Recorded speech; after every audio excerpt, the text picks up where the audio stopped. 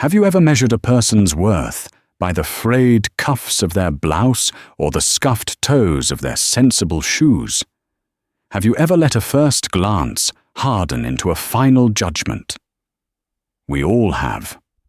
But what if the person you so easily dismissed, the one you deemed invisible, was the very architect of the world you were trying to enter?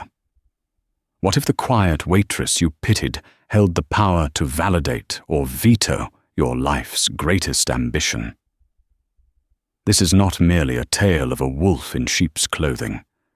It is a story about the deafening silence that follows when the overlooked finally speak. It's about what happens when the view from the penthouse is traded for the grit of the kitchen floor, and when one woman's casual cruelty becomes the catalyst that could shatter not one, but two empires.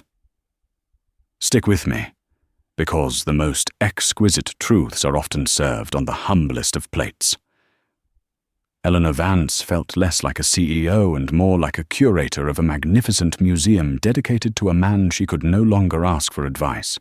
6 months had passed since the death of her grandfather, Arthur Vance, the patriarch who had spun a single diner into the sprawling, glittering tapestry of Vance Hospitality Group.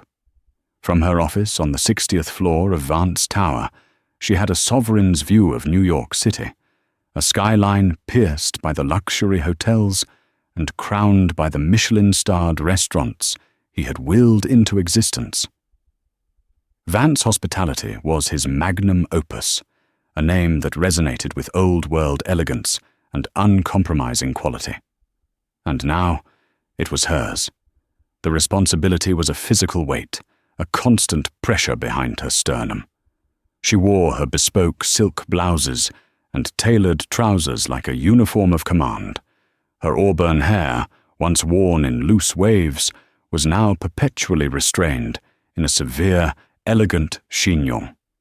She was the picture of control, negotiating 9-figure real estate deals and dissecting market analytics with a chilling precision that made her board of directors both admire and fear her. But the nights were a different story. In the echoing silence of her vast Upper East Side apartment, the facade would disintegrate. She'd stare into the mirror and see not the formidable leader from the cover of Forbes, but a 28-year-old woman dwarfed by the legend of her grandfather. Arthur Vance hadn't been born with a silver spoon. He'd started as a busboy, his pockets empty, but his eyes full of dreams. "The foundation of this company isn't poured in concrete, Ellie," he used to tell her, his voice a warm, gravelly rumble. "It's laid in the calluses of our housekeepers, the sore feet of our waiters, the burn marks on our chef's arms. It's in the dignity of the people who do the hard work." Even as a billionaire CEO, he had maintained a sacred tradition. 1 week, every single year, he would vanish from the corporate world and reappear, incognito within his own empire. He'd be a porter at the Vance Carlton, a prep cook at his flagship restaurant, the Gilded Quill, or even a laundry attendant. He called it checking the foundations. The idea sparked in Eleanor's mind, not as a whisper, but as a desperate, clarifying bolt of lightning. She was on the precipice of the most significant deal of her career, a joint venture with Croft Development, helmed by the enigmatic and brilliant young architect Julian Croft. The project was a new, paradigm-shifting hotel concept that would blend Vance's classic luxury with Croft's cutting-edge, sustainable design. It was her chance to step out of her grandfather's shadow and build something for the future. Julian Croft was a prodigy, lauded for his vision, but known for his meticulous, almost obsessive attention to detail. His team was conducting its final due diligence, touring Vance properties. But Eleanor felt a gnawing disconnect. She was selling them the Vance way, a promise of unparalleled service and employee culture that she only understood from spreadsheets and executive summaries. Was it still real? Or had her grandfather's philosophy died with him, leaving behind only a hollow, beautifully marketed brand. She needed to check the foundations. Her target was the Gilded Quill, the crown jewel of their restaurant division. A place of hushed reverence for gastronomy, with a 6-month waiting list and a wine cellar that was the stuff of legend. According to every report that crossed her desk, it was a paragon of operational excellence and staff morale. Eleanor, however, had learned from her grandfather that perfection was often the most beautiful lie. Her first and only call was to Marcus Thorne, the head of HR and her grandfather's oldest friend. Marcus had been with the company since the beginning and had dandled Eleanor on his knee at company picnics. "You want to do what?" Marcus's voice, usually a calm baritone, squeaked with disbelief over the encrypted line. "You heard me, Marcus," Eleanor said, her voice firm as she paced the length of her office. "I need a job, a waitress, at the Gilded Quill. Total anonymity. New name, new social security number, a backstory that holds up. I need to be a ghost." There was a long, thoughtful silence. "Arthur would be so damn proud of you," Marcus finally said, a smile evident in his voice. "He always said you had his grit, just wrapped in nicer packaging. All right, Ms. Vance, let's get you ready for the world of sore feet and minimum wage." The metamorphosis was profound. Eleanor Vance, the CEO, was meticulously erased.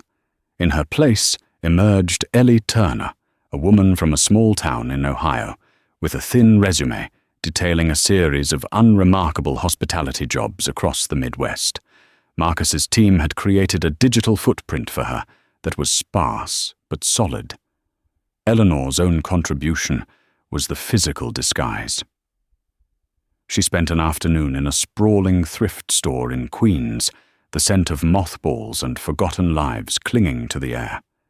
She purchased several pairs of plain black slacks, already faded at the knees, a pair of sturdy, non-slip work shoes whose soles were worn smooth, and a handful of simple grey t-shirts. She released her hair from its corporate prison, letting it fall into a simple, slightly frizzy ponytail. She traded her subtle, expensive perfume for unscented soap, and her meticulously maintained nails for bare, clipped practicality. The woman in the mirror was a stranger. She looked weary, a little lost. The innate, effortless confidence that defined Eleanor Vance was gone, replaced by a raw vulnerability she hadn't known for a decade. It was perfect. Ellie Turner was utterly, heart-breakingly believable. Her first day at the Gilded Quill was a plunge into an icy sea. She came in through the rear staff entrance, a grimy portal in a graffiti-scarred alley, a universe away from the polished brass and mahogany of the front lobby where she'd hosted galas. The air inside was a chaotic symphony of smells: industrial-strength cleaner, sizzling butter, and the sharp, metallic tang of human stress. The serene elegance of the dining room was a carefully constructed illusion, powered by the frantic, unseen engine of the kitchen and its staff. She was directed to the office of the general manager, a woman named Beatrice Croft. Beatrice was a study in severe perfection. Her black suit was flawlessly tailored, her salt and pepper hair sculpted into a helmet of improbable stillness.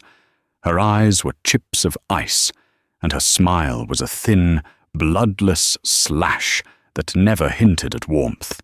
She scanned Ellie's application, then let her gaze travel slowly up from Ellie's worn shoes to her hopeful face. A flicker of contempt, so brief it was almost imperceptible, crossed her features. "Ellie Turner," she said, her voice as crisp and starched as her collar. "HR pushed your file through. You must have an angel watching over you. You won't find any here." She handed Ellie a cheap polyester apron. "You'll start as a busser. Your section is the rear corridor by the kitchen. You will clear plates, refill water, and reset tables. You do not engage with the guests unless they address you first." You do not get in the way. And for the love of God," she added, her voice dropping to a conspiratorial sneer, "try to look as if you belong in a place that has tablecloths."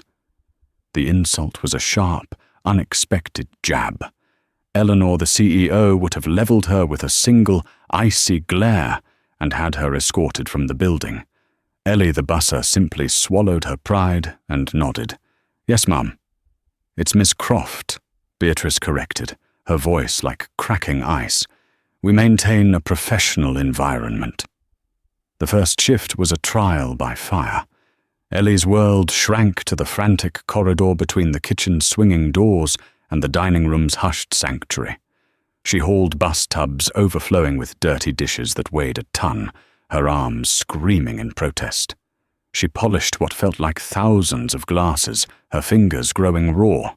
Her body, conditioned by yoga and private training, was being brutally re-educated in the language of manual labor. It was during a rare 30-second lull that she met Samuel. He was a career waiter, likely in his early 60s, with kind, crinkled eyes and a gentle demeanor that was an island of calm in the restaurant's storm. He was meticulously arranging silverware at a service station, his movements a ballet of practiced efficiency. He saw her grimace as she tried to stretch a knot out of her lower back. "First day?" he asked, his voice a low, comforting murmur. "Is it that obvious?" Ellie managed, a weak smile touching her lips. He chuckled softly. "Everyone has that look on their first day. I'm Samuel. Anything you need, you just ask me. Beatrice can be particular." "Particular," Ellie repeated, rubbing a sore spot on her shoulder. "That's one word for it." "She's all about the surface," Samuel said, his voice dropping even lower. "This place is her stage, and we're all just props. Keep your head down, do good work, and you'll survive." He paused, his gaze becoming more focused, more thoughtful. "You know, there's a look in your eye, a seriousness. Reminds me of the old man." "The old man?" Ellie asked, her heart giving a painful lurch. "Mr. Vance. Arthur Vance," Samuel clarified, a deep fondness warming his voice. "Years ago, before he got too frail, he used to come in. Not through the front door with a big announcement. He'd just appear in the kitchen, asking if we needed a hand with the dishes, or he'd sit at the bar and just watch. He said he liked to listen to the engine of the place. He had that same look as you, like he was really seeing things, not just looking at them." A lump formed in Ellie's throat, and she turned away, pretending to straighten a stack of linen napkins. The ghost of her grandfather was here, living in the memory of a kind waiter who had no idea he was speaking to his granddaughter. The physical pain, the exhaustion, Beatrice's scorn, it all faded. In its place was a profound, unshakable sense of purpose. She wasn't just a curator in a museum anymore. She was on an archaeological dig, searching for the soul of her grandfather's creation. And she knew, with absolute certainty, that she was digging in exactly the right place. The days melted into a grueling routine of long hours and aching feet. The gilded quill's opulent facade became a cruel joke, a thin layer of gold leaf over the grinding reality of the service industry. Ellie became fluent in the unspoken dialect of the staff, the subtle dip of the head that meant a table needed water, the sharp intake of breath that warned of Beatrice's approach, the shared, bone-deep sigh of exhaustion in the locker room after a 12-hour shift. Eleanor Vance, the strategic mastermind, was a ghost. Ellie Turner, the busser, was the reality. She learned to carry a precarious stack of plates on one forearm, to anticipate a diner's needs before they did, and to maintain a placid, smiling mask even when a customer was condescending or her entire body throbbed with fatigue. Beatrice remained her chief antagonist, The manager's cruelty was a masterclass in plausible deniability, a series of small, public humiliations that were never quite enough to warrant a formal complaint. "Ellie, there's a smudge on this wine glass." "Again," Beatrice would say loudly at the service station, holding it up for others to see. "The standards at the Gilded Quill are non-negotiable. Perhaps they are simply beyond your grasp." She consistently assigned Ellie the least desirable tasks, ensuring she was always in the back, always doing the heaviest lifting, and never in a position to earn a share of the waiter's tip pool. When a VIP guest complained that his bread basket hadn't been refilled with sufficient alacrity, Beatrice cornered Ellie in the service pantry. "Do you have any idea who that was?" she hissed, her face uncomfortably close. "That was Mr. Albright from the museum board. His word carries weight in this city. Your incompetence doesn't just reflect on you. It reflects on me. Get your act together, or I'll have you scrubbing the grease traps with a toothbrush." Each barb, each injustice, Eleanor filed away. This was no longer about her. It was a case study in toxic leadership. If Beatrice treated her this way, she treated others the same. She saw the quiet fear in the eyes of the younger kitchen staff, the way they would physically recoil when Beatrice entered the room. This wasn't the vibrant, respectful workplace her grandfather had so often described. This was a petty fiefdom ruled by terror. Samuel was her only sanctuary. He'd leave a bottle of water for her at her station, or offer a quiet, "You're doing fine work, kid. Don't let her grind you down." One night, as they were the last two left, rolling silverware for the next day's service, Samuel spoke his mind. "You know, Arthur Vance would have hated this," he said, his eyes on his work. "He used to say a restaurant's soul is its staff. He knew my son was studying engineering. He sent flowers when my wife had her knee surgery. He cared." Samuel shook his head, a deep sadness in his expression. "Now it's all about metrics and appearances. The heart's been ripped out of the place." "What happened?" Ellie asked, her voice soft. "He passed away," Samuel said with stark simplicity. "And the granddaughter took over, the new CEO. Never seen her, of course. She's probably just another suit, sitting in a glass tower, looking at profit margins. Has no clue what it's really like down here. The soul of this place left with him." The words struck Eleanor with the force of a physical blow. Another suit. Glass tower. No clue.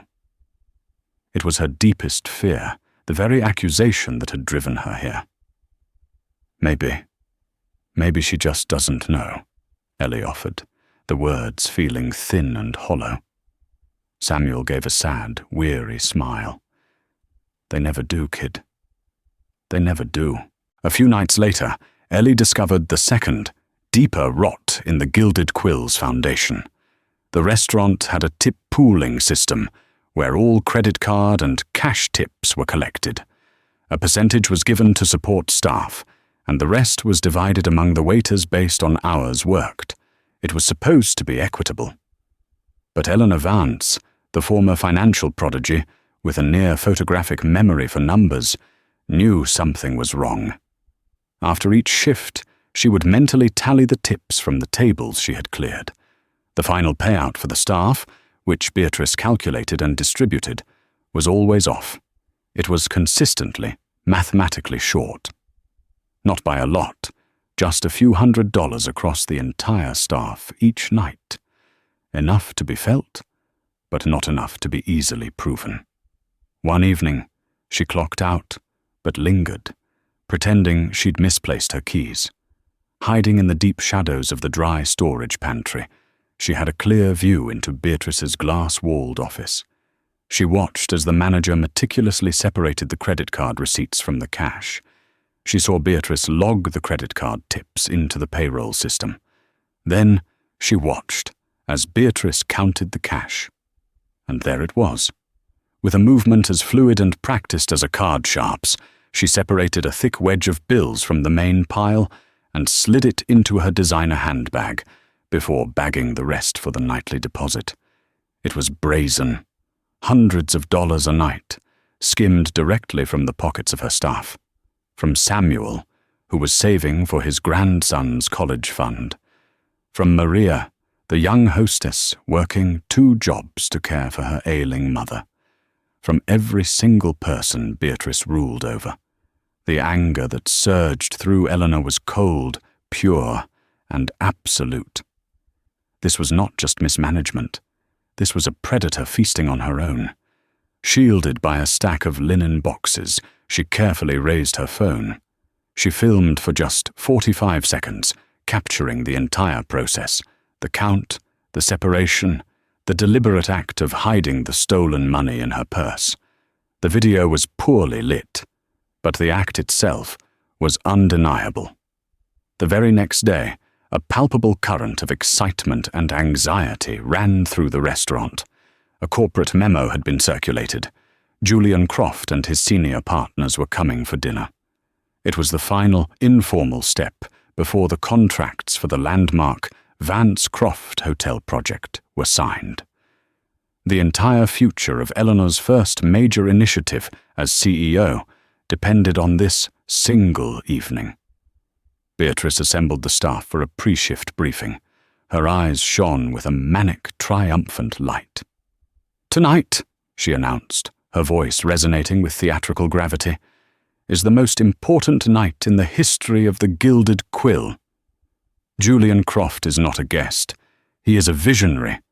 His experience here tonight will be a direct reflection on the Vance brand, and I assure you, corporate will hear about it. Everything must be flawless. Every surface must shine. Every smile must be genuine." Her gaze swept the room, a general inspecting her troops, and then it landed, as it so often did, on Ellie. "You," she said, her voice sharp.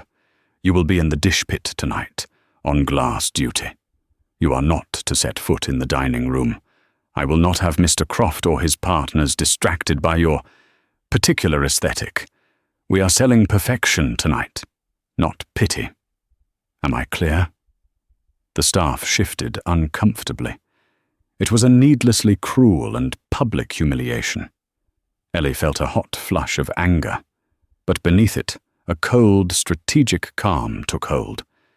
This was it. Beatrice, in her blinding arrogance, was making a colossal mistake. Julian Croft, the man whose impeccable judgment she was so desperate to impress, was about to become the final piece of Eleanor's investigation. She had wanted to observe him, to see his character. Now she would see how he and his team behaved when they believed no one of consequence was watching. "Crystal clear, Ms. Croft," Ellie said, her voice steady and devoid of emotion.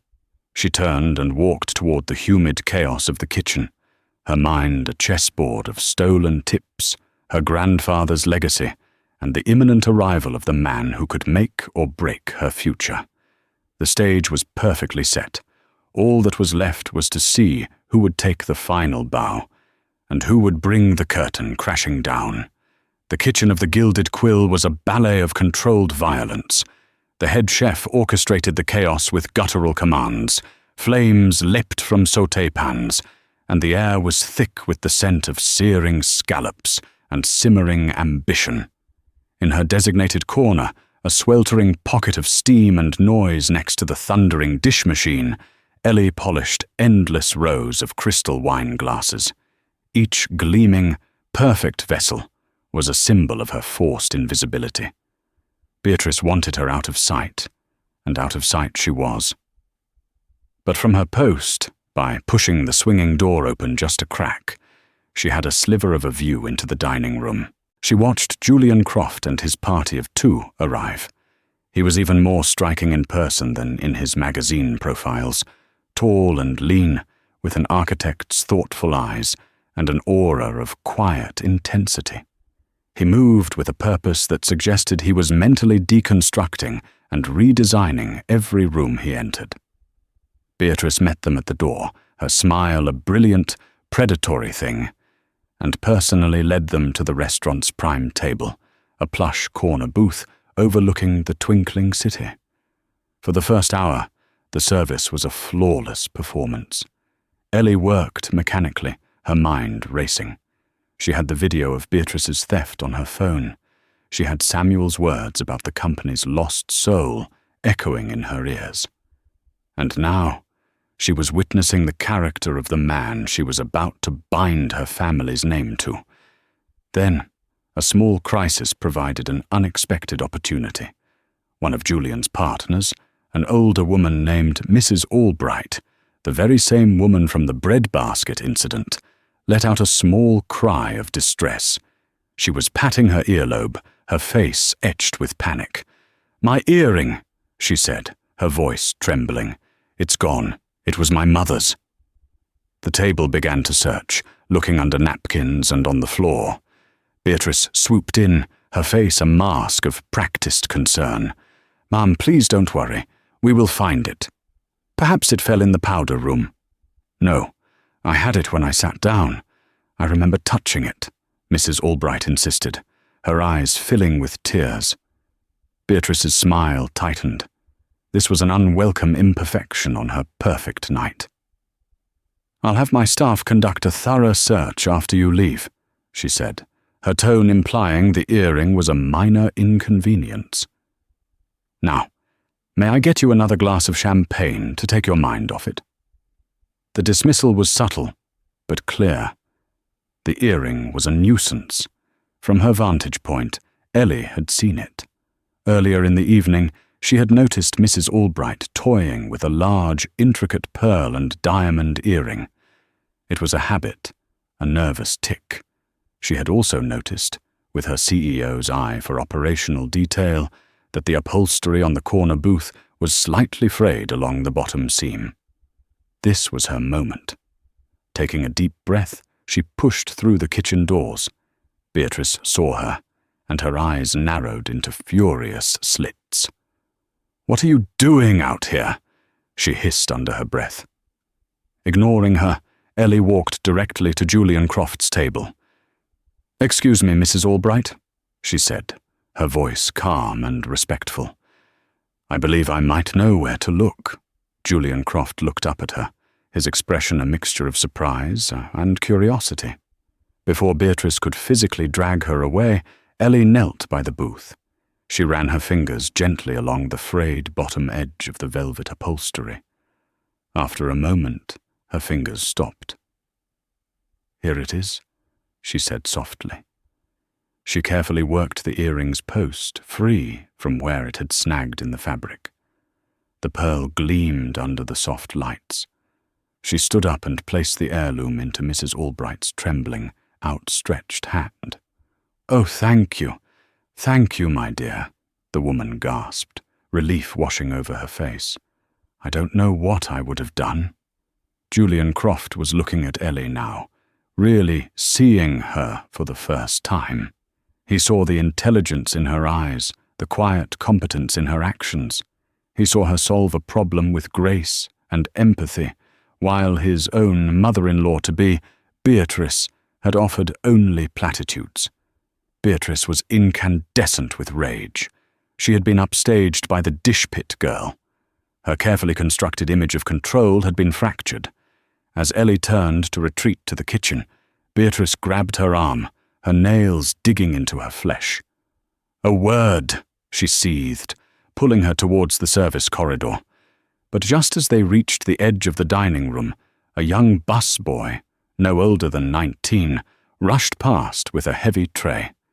In his haste, he stumbled, and a single empty water glass slid from the tray and shattered on the marble floor. It was the final spark on Beatrice's short fuse. She released Ellie and rounded on the terrified boy. "You clumsy, useless child," she shrieked, her voice no longer a hiss, but a full-blown roar that silenced the entire dining room. Diners froze, forks halfway to their mouths. "This is the Gilded Quill, not some roadside greasy spoon. You are a disgrace to this establishment." She pointed a trembling finger at him. "You are fired!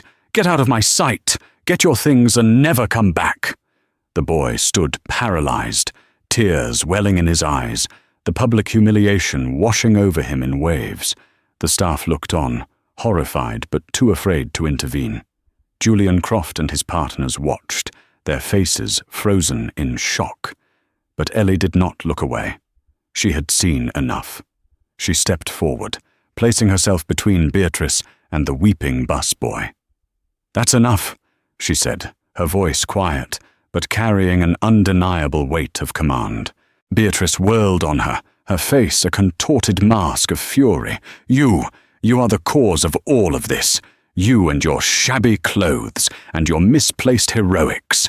You want to defend him. Fine. You're fired too. Get out.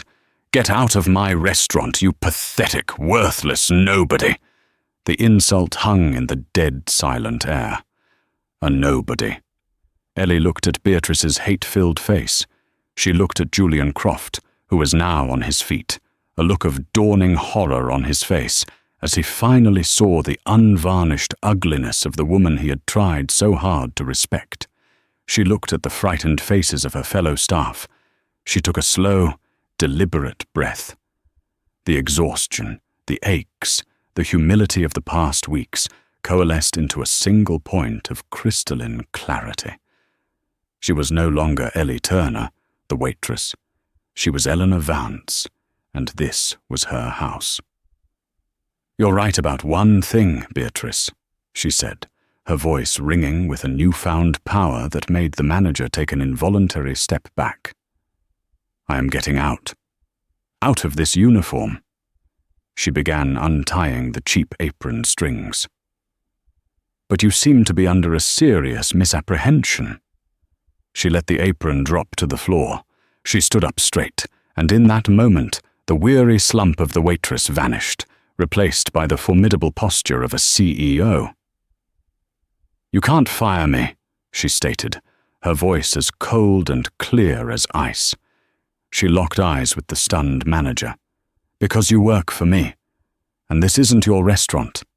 She paused, letting the words sink in, then delivered the final, devastating blow. "It's mine." She then turned her gaze to Julian Croft, whose face was a mixture of utter disbelief and dawning comprehension. "And Mr. Croft," she added, her voice dangerously calm. "This entire evening has been incredibly illuminating. Our partnership, the future of the Vance Croft project. Consider it officially on hold." She didn't storm out. She didn't raise her voice. She simply turned and walked, not to the back alley, but through the center of the stunned dining room, past the speechless diners, and out the grand front entrance into the New York night. Beatrice Croft stood frozen, her mouth agape, the color draining from her face as she finally understood that she had not just fired a waitress, she had publicly executed her own career. Outside on the bustling sidewalk, Eleanor Vance inhaled the cool city air. The disguise of Ellie Turner had been shed, leaving the CEO in its place, forged stronger and clearer than before. She pulled out her phone, her fingers moving with swift purpose. She wasn't calling for a car. She was calling Marcus Thorne. "Marcus," she said, her voice a blade of polished steel. "Cancel my schedule for tomorrow. Book the main dining room at the Gilded Quill for an emergency all-staff, all-hands-on-deck meeting at 9 a.m. sharp. Everyone on the clock." She paused, and Marcus, extend a personal, non-negotiable invitation to Mr. Julian Croft and his partners. Tell them the final decision on our joint venture will be made there. It's time to check the foundations. The following morning, the opulent dining room of the Gilded Quill was filled not with wealthy patrons, but with the anxious, bewildered faces of its own staff.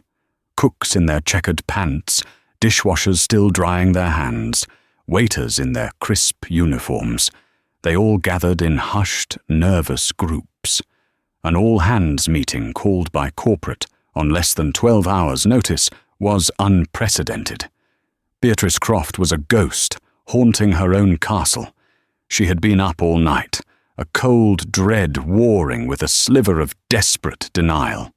It had to be a bluff, a cruel joke. The waitress couldn't be. But the look in her eyes, the sudden shift in authority.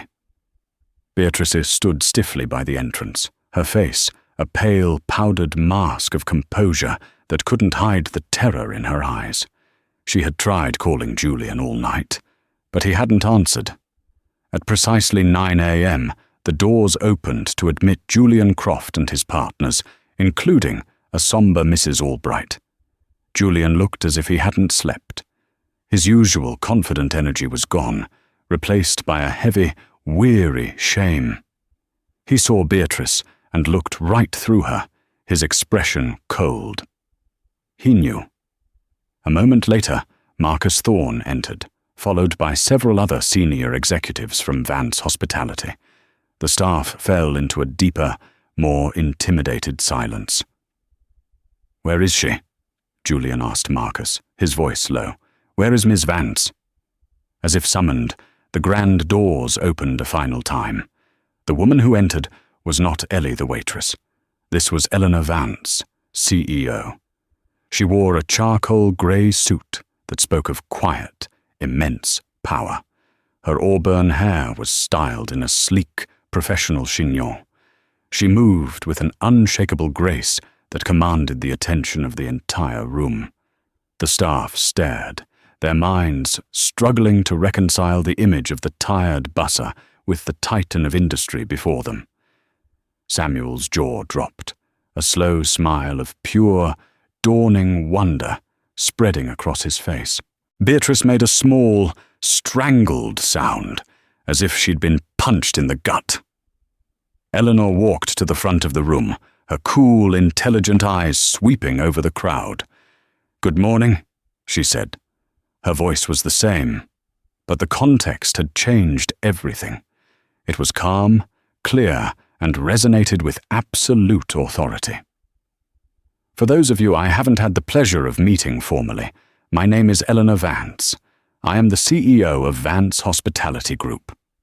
A collective gasp rippled through the staff. It was true. My grandfather, Arthur Vance, built this company on a single, unwavering belief. That our people are our foundation, she continued. He taught me that you cannot lead from a distance. For the past several weeks, I have had the profound privilege of working alongside you, here at the Gilded Quill. She gestured to herself. Though you knew me as Ellie. Another wave of murmurs. As Ellie, Eleanor's voice took on a harder edge. I saw many things. I saw the incredible dedication of the kitchen staff, the quiet professionalism of servers like Samuel, and the tireless work of every person who keeps this beautiful place running. You are the heart and soul of this company, and for your work I am truly grateful.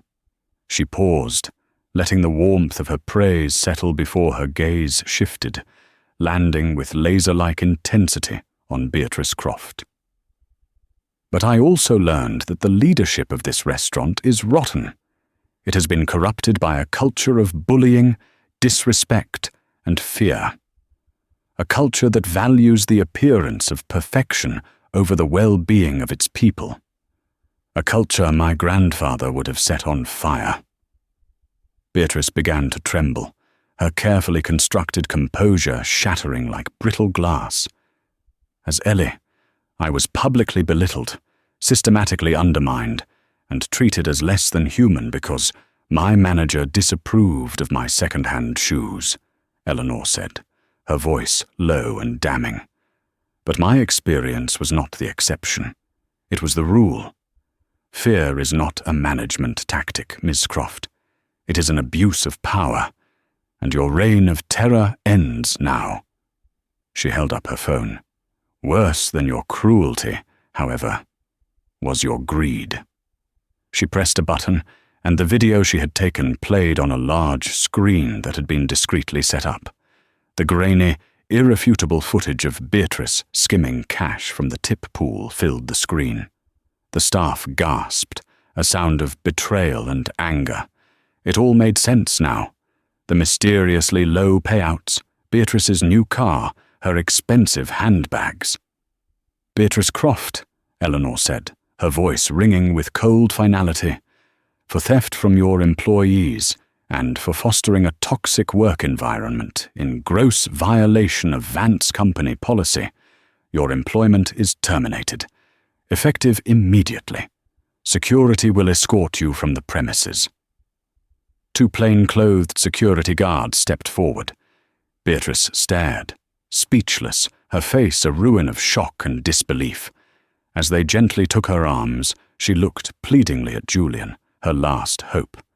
He met her gaze, and for the first time, she saw not her successful future son-in-law, but a disappointed stranger. He slowly, deliberately, shook his head. The last of her hope didn't die. It was eviscerated, leaving behind a cold, hollow void where a future had once been. As the security guards, men whose faces she had never bothered to learn, led her away, the dining room of the Gilded Quill was plunged into a silence so absolute it felt like a physical presence. It was the sound of a vacuum, of a reality that had been violently ruptured. In this new, terrifying quiet, the clink of a water glass a block away could have sounded like a thunderclap. Every member of the staff stood frozen, statues in a tableau of shock and liberation. They were breathing air that was suddenly, inexplicably, clean.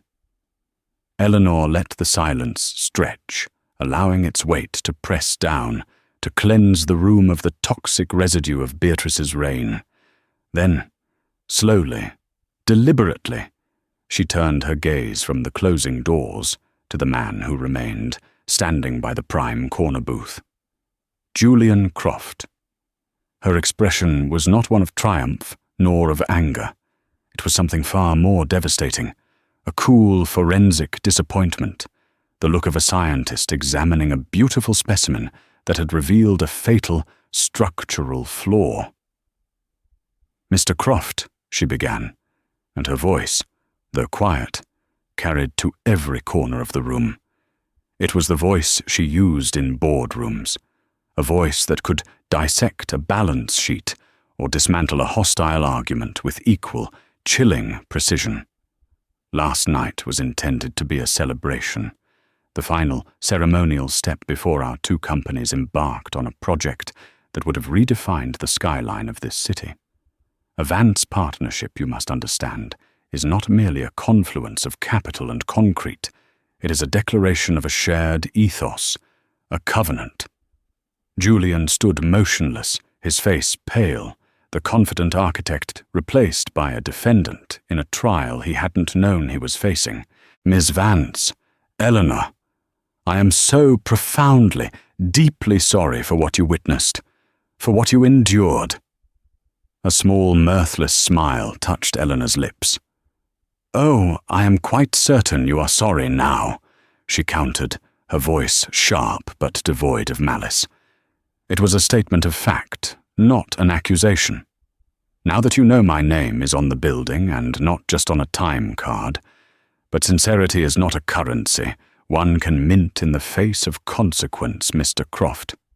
It must be earned in the moments before the bill comes due. She began to walk slowly toward him, her footsteps the only sound in the room. "You are a man who builds foundations. You speak of integrity, of materials that can withstand the tests of time and pressure. Yet you sat there, at that table, and you watched a foundation crack. You watched an elderly woman's genuine distress over a sentimental heirloom be dismissed with a condescending offer of champagne. You watched a young man, a boy really, be verbally flayed and summarily fired over a single dropped glass, a $10 mistake that cost him his livelihood and his dignity. You saw one human being treat another with a casual, vicious cruelty that bespoke years of practice. And you did nothing." She stopped a few feet from him, her eyes locking onto his. Your silence wasn't an absence of action. It was a choice. It was a quiet, implicit endorsement of the idea that some people matter and others are simply scenery. You, a visionary who reshapes the very earth we stand on, failed to see the humanity in the person refilling your water glass. She gestured to the table where a copy of their partnership agreement lay, its thick, vellum pages bound in rich leather. My grandfather had a saying. He had many, but this one he lived by. You want to know the true measure of a person?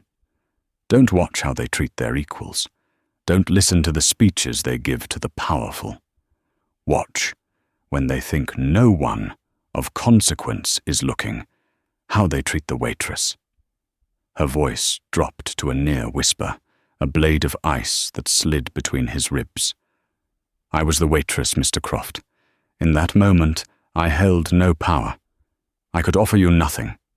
My opinion was worthless, and in my worthlessness, I saw everything I ever needed to see about you.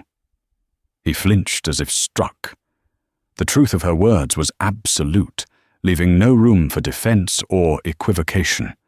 He had spent a lifetime constructing an image of himself as a brilliant, thoughtful creator, a man of substance.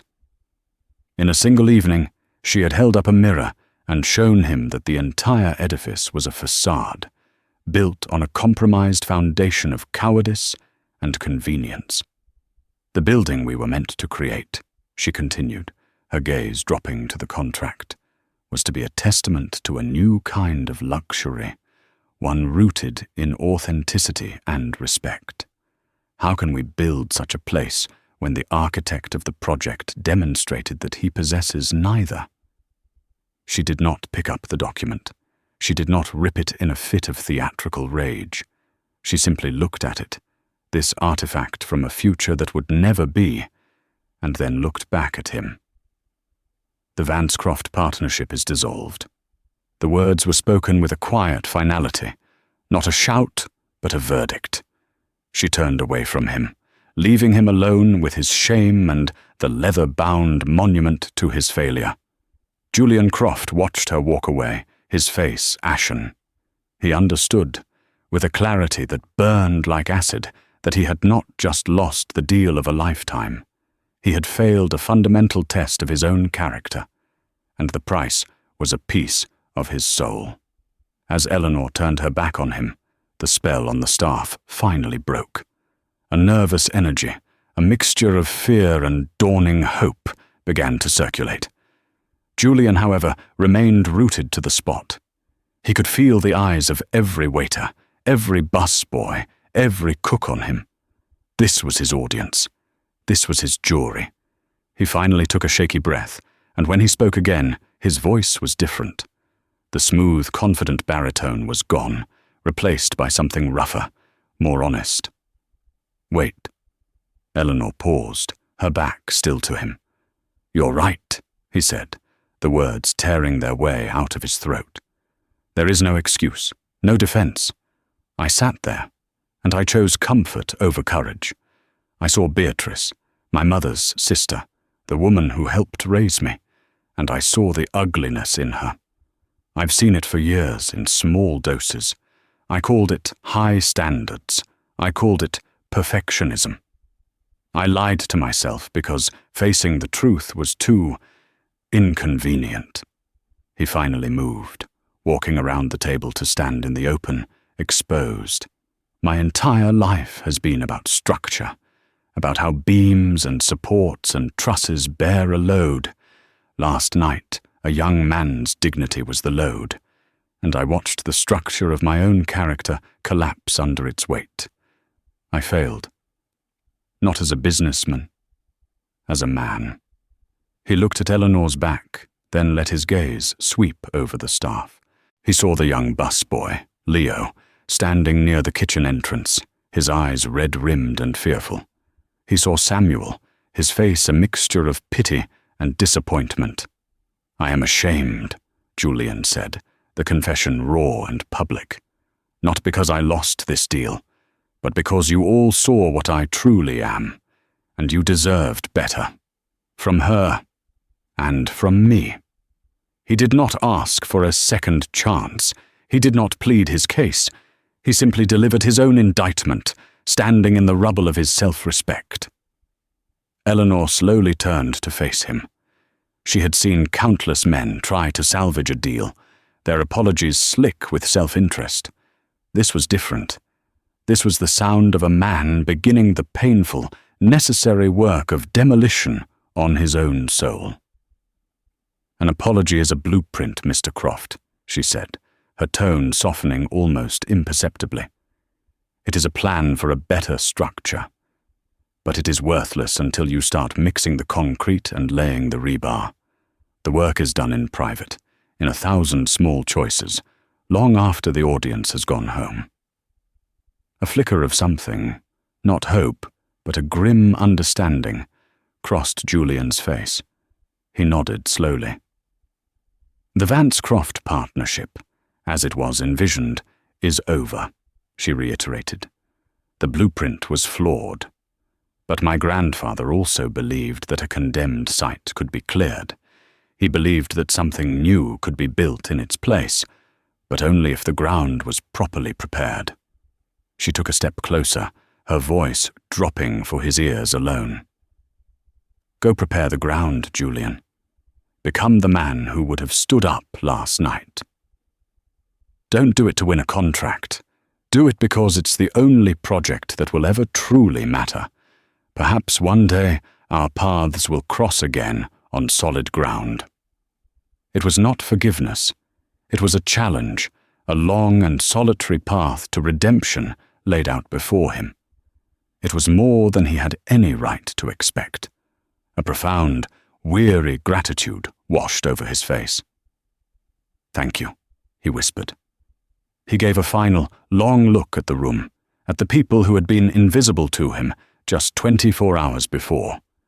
Then he turned and walked out of the restaurant, leaving the contract on the floor, a relic of a past he was now duty-bound to rebuild. As the door swung shut behind him, a collective exhale swept through the dining room. The crisis had passed. The tyrant was deposed. The silent accomplice was banished. The future was a terrifying, exhilarating blank page. Eleanor Vance turned her full attention back to the staff. Her people. The hard, chiseled mask of the CEO dissolved, revealing the empathetic, resolute leader she had been forged into in the heat of the kitchen. "Today," she said, her voice resonating with warmth and strength, "is day one. We are not just changing the management of the Gilded Quill. We are reaffirming the soul of the entire Vance Hospitality Group." Her eyes scanned the crowd, past the nervous young faces and the seasoned veterans, until they found Samuel. He was standing near the back, by the service station he had manned for 2 decades, his eyes shining with unshed tears of pride. He saw not just the CEO, but the ghost of his old friend, Arthur, standing beside her. "My grandfather used to say that the true strength of a company isn't in its quarterly reports, but in the quiet integrity of its people." Eleanor's voice filled with emotion as she began to walk toward him, the staff parting before her like a tide. He called them the keepers of the flame, the ones who remember the why, even when the leadership only cares about the how much.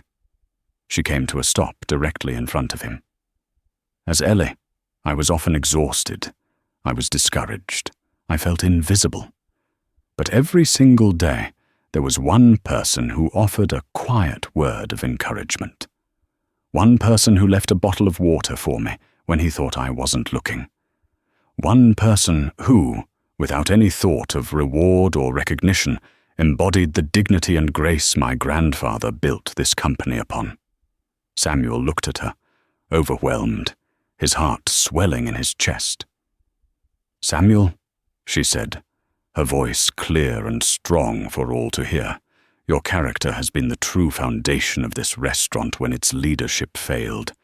It is my distinct honor to ask you to be the new general manager of the Gilded Quill." The room did not applaud. It erupted. It was a primal roar of joy and vindication.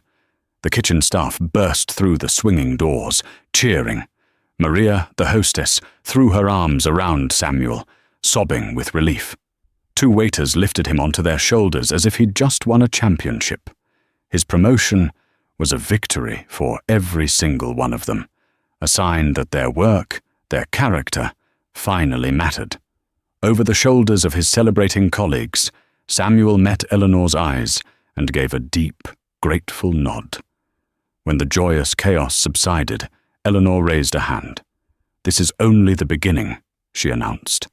Her gaze found Leo, the young busboy who was watching with wide, disbelieving eyes. "Leo, please step forward." The boy did, trembling slightly. Eleanor walked to him and stood before him, her expression serious and kind. "Leo, on behalf of Vance Hospitality, I want to formally and publicly apologize for how you were treated last night. What happened was a disgrace, and it will not be tolerated in this company. Your job is, of course, secure. Furthermore, the company is establishing an educational fund in your name to support service industry employees who wish to further their studies. Your courage in the face of that abuse will be the first brick in a new foundation of respect." Tears streamed down Leo's face, but this time they were tears of gratitude. "Effective immediately," Eleanor continued, addressing the entire room, "we are instituting new, company-wide policies born directly from what I experienced here. First, management training will be completely overhauled. From this day forward, 50% of any manager's bonus will be tied directly to anonymous, quarterly reviews from their own staff. A leader who cannot earn the respect of their team is a liability we will no longer afford." A wave of stunned approval rippled through the crowd. "Second, because I know firsthand how difficult it is to speak up, we are launching the Vance Integrity Hotline.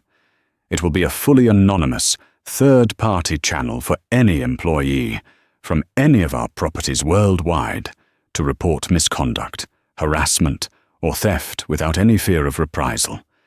We will protect our own." "And finally," she said, her voice softening as she felt the presence of her grandfather fill the room, "I want to honor the spirit that started it all. We are creating the Arthur Vance Founders Award. Each year, one non-salaried employee from our entire global family, nominated by their peers for their integrity and dedication, will receive a $50,000 bonus and a promotion. We will find the keepers of the flame, and we will celebrate them." The announcement was met with a stunned, joyous silence, followed by another wave of heartfelt applause. It was more than a change in policy. It was a revolution of values. Hours later, long after the staff had gone home, their hearts full of a hope they hadn't felt in years, Eleanor remained. The grand dining room was silent and dark, save for the ghostly glow of the city lights through the vast windows. The lonely curator who had inherited an empire was gone forever. In her place stood a leader, forged in the fires of a commercial kitchen and the profound humility of service. She walked through the empty room, her hand trailing over the back of a velvet chair. She stopped at the service station and looked at the rows of wine. Your wine glasses, gleaming in the dark. She picked one up, holding its delicate stem in her fingers.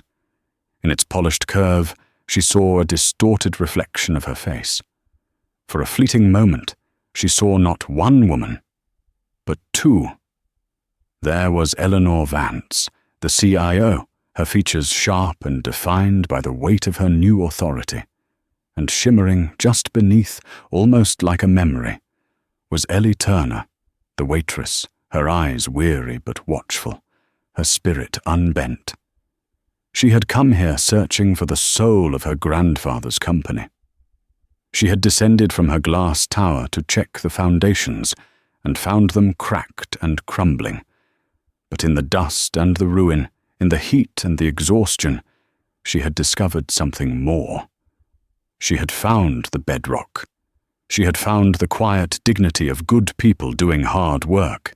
She had found the company's soul living in them, and in doing so, she had finally, irrevocably, found her own.